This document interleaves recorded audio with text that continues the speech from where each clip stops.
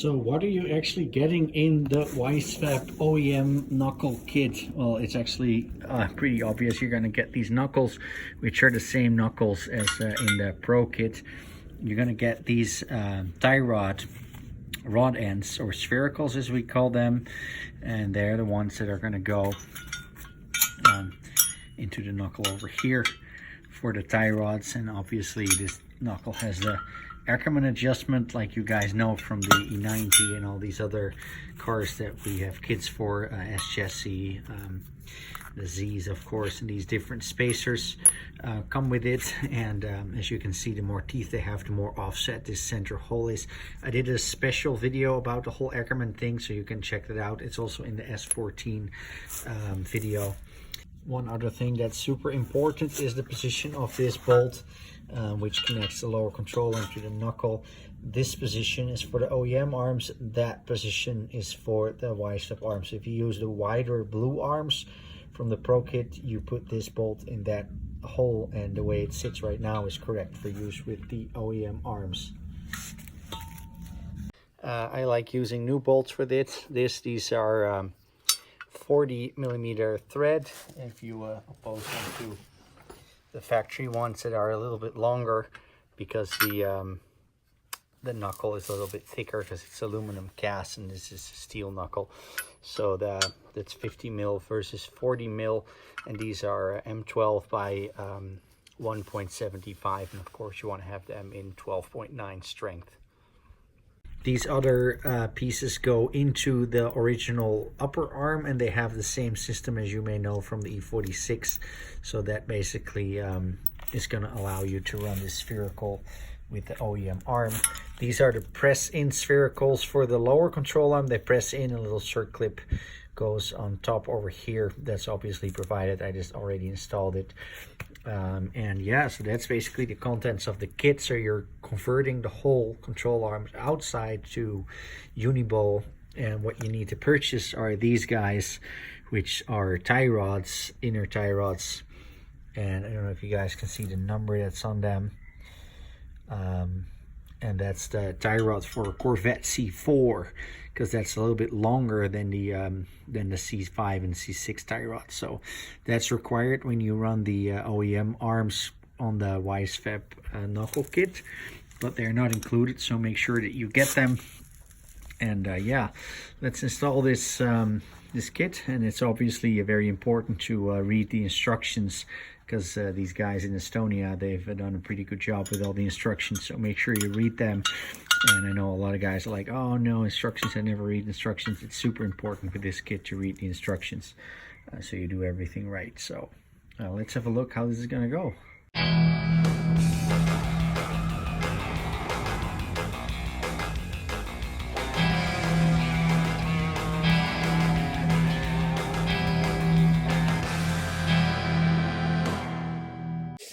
All right, you start by removing the ABS sensor. It's this guy over here. Take that off. As you can see, this car hasn't ran in a while since the rotary is all shitty. And obviously, the next stuff you're going to be doing is, in no particular order, remove the ARB upper control arm over there. Obviously, remove that bolt over there. You remove that bolt over there, which is for the shock, and there, that's the other one for the knuckle, and of course the tie rod. And the tie rod itself we're also going to be replacing for Corvette C4 items. You use a 21 over here to get rid of that bolt. So the first thing I did was remove that tie rod over there. It's a 36mm for that, pretty beefy wrench. And make sure that you have a good wrench on there, because it's definitely going to be pretty tight on most of them. There is going to be an 18, so you got your 21 and your 18 over there. You pull off the control arm there on the top, which is a 15 socket, and then these go from the bottom with a 13, and that one you're going to need an 8 for this guy over here, so you can hold it from spinning. You take the top control arm off, then you're left with the bottom one, which of course needs the leaf spring removed which has 2 bolts on those sides, and that's what we're going to be doing next. So you have the A or B loose, you have the shock mount loose. For the shock on the top to come off, you need to take out that guy, which requires you to remove the reservoir for the coolant. It's time to install these guys, which is a Wisefab provided uniball that presses into the original arm, as you can see over there. And there's also ones for the top arm which go over here, and it means that you're basically converting everything on the knuckle side to uniballs, which is nice because that means that you can run the same knuckle on both the Pro arms and on the OEM arms setup. So it's the same knuckle, no need to change it if you ever go to the wider version. Pull, presses in over there, make sure that the lock ring goes on the top. Over there is the same thing, so the shank goes through, the Allen bolt goes on top, and that little hexagon nut goes on the bottom. As you can see, we have the arms installed on the lower control arm. It's kind of important not to tighten it all the way. Leave that bolt a little loose so it swings down. Over here you can see that you sometimes need to cut out a little bit.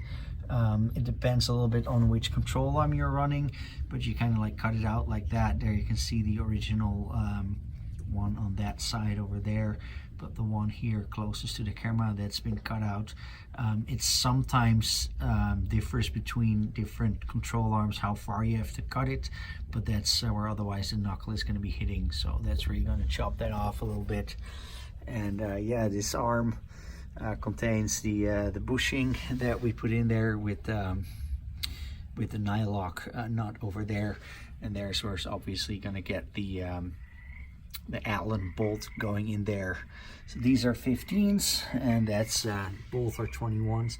And we get some questions about the adjusters over here. I leave them in the middle setting, and the reason why I do that, unless it's absolutely necessary for the alignment of the car, is because if the car gets a hit on the arm, that has like a little movement in there, so you're not going to be destroying too much. So you can also do that on S chassis and all these other cars that have these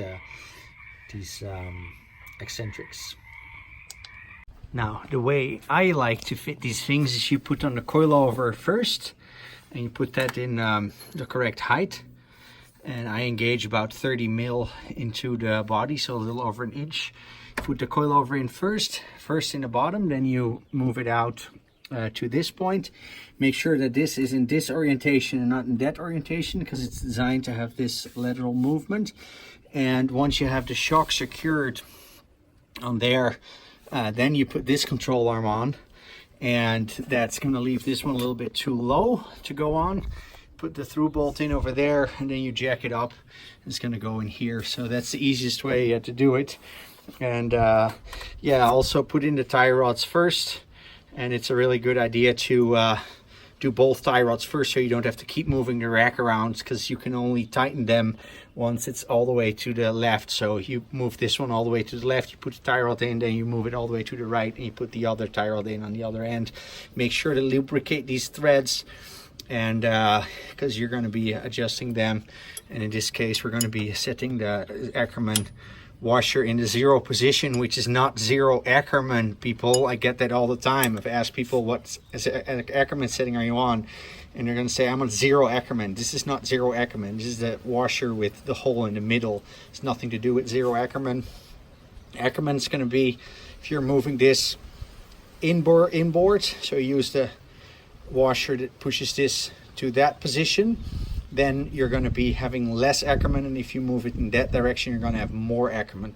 So this technically is medium Ackerman in this setting. So it's not 0 Ackerman. Quit saying that. It's a 0 washer or whatever you want to call it, but it's a middle position washer which has medium Ackerman.